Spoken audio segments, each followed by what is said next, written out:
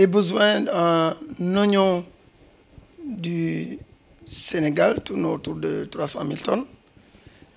C'est pour cela que l'objectif du PRACAS 1 pour la période de 2012, j'allais dire 2014, pour marquer le début du PSE, 2014 à 2018, à 2016, autant pour moi, était de 350 000 tonnes pour fin 2016. Et on avait dépensé de 43 000 tonnes l'objectif qui était fixé à la date de fin 2016. Actuellement, on en est à 434 000 tonnes. Quelque part, vous le constaterez, on a dépassé nos besoins en termes de quantité, nos besoins en oignons pour le Sénégal. La question pourrait être pourquoi alors on ne couvre pas 12 mois sur 12 pour assurer l'approvisionnement du marché sénégalais en oignons. La raison est bien simple, c'est qu'il y a quelque part un déficit d'étalement de la production qui se fait pendant une période pratiquement de maintenant, on va dire, février au plus tôt, fin février, à, disons, avril-mai, la période de production de l'oignon. Du coup, il fallait, pour couvrir 12 mois sur 12, assurer en termes d'infrastructure une capacité installée qui permettrait de conserver cet oignon pour le reste de l'année.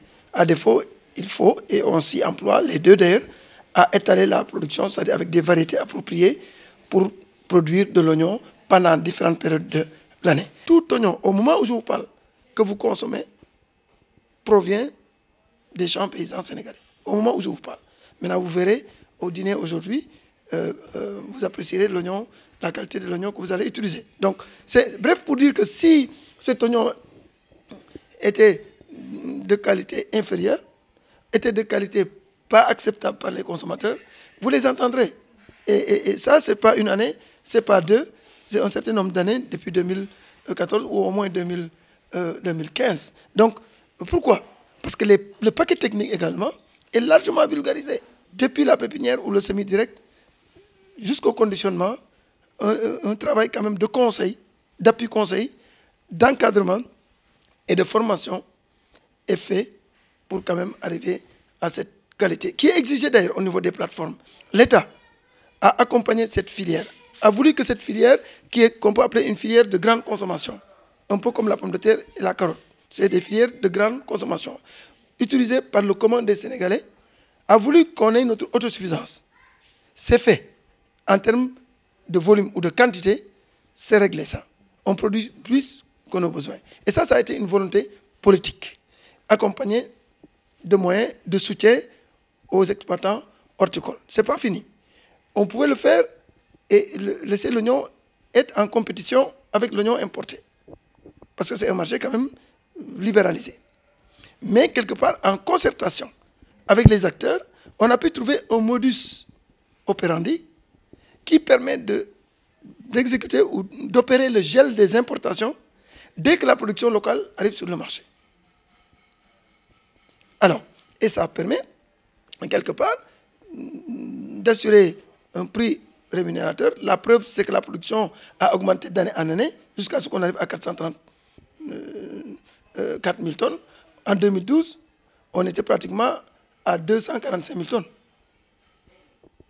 On a presque doublé la production entre 2012 et 2018.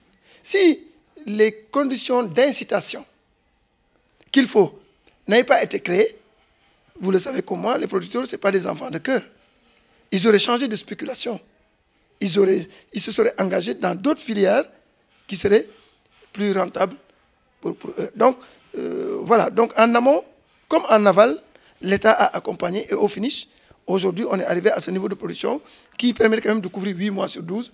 Maintenant, il est vrai qu'il faut parachever ce processus en améliorant, n'est-ce pas, la disponibilité en infrastructure suffisante pour la conservation de l'oignon pour couvrir 12 mois sur 12. Et ça, dans le cadre du PRACAS 2, des initiatives sont prises, y compris en faisant appel au secteur privé.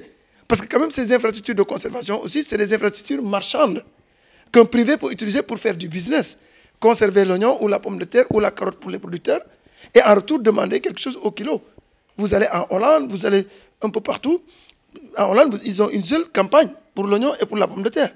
Et ils arrivent à conserver l'oignon presque toute l'année en assurant même, en approvisionnant même l'essentiel des pays, des grands pays consommateurs de ces deux denrées.